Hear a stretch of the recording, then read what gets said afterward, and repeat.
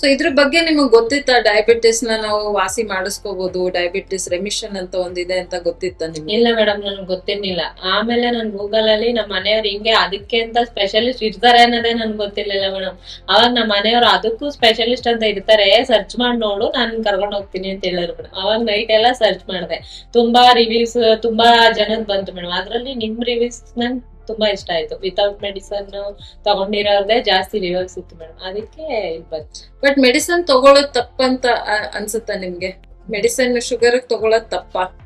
ಗೊತ್ತಿಲ್ಲ madam, but diet ಮಾಡಿ ಇದಾಗ್ಲಿಲ್ಲ ಅಂದ್ರೆ ಡಯಟ್ ಮಾಡಕ್ ಮುಂಚೆ ಡೈರೆಕ್ಟ್ ಮೆಡಿಸನ್ ಹೋಗೋದ್ ತಪ್ಪು. ಕರೆಕ್ಟ್. ಸೊ ಮೆಡಿಸನ್ ತಗೊಳ್ಳೋದ್ ತಪ್ಪಿಲ್ಲ, ಅದು ಡಾಕ್ಟರ್ ಕನ್ಸಲ್ಟ್ ಮಾಡಿ ಅದು ಕಂಟ್ರೋಲ್ ಬರ್ಲಿಲ್ಲ ಅಂತ ತಗೋಬೇಕು ಮೇಡಮ್. ಫಸ್ಟ್ ಫುಡ್ ಡಯಟ್ ಏನಿಲ್ದೇನೆ ಡೈರೆಕ್ಟ್ ಮೆಡಿಸನ್ ಹೋಗೋದು.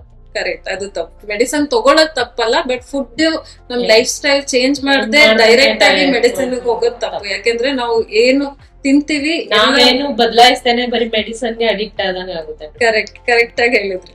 ಮತ್ತೆ ನಿಮ್ ಪ್ರಕಾರ ಈಗ ಸುಮಾರು ಜನ ಅನ್ಕೋತಾರೆ, ಫುಡ್ ಅಲ್ಲಿ ನಾನು ಸುಮಾರು ವರ್ಷದಿಂದ ಟ್ರೈ ಮಾಡ್ತಾ ಇದ್ದೀನಿ, 1 kg ಕಮ್ಮಿ ಆಗಿಲ್ಲ, ಜಾಸ್ತಿನೇ ಆಗ್ತಾ ಇದೆ ಅಂತ.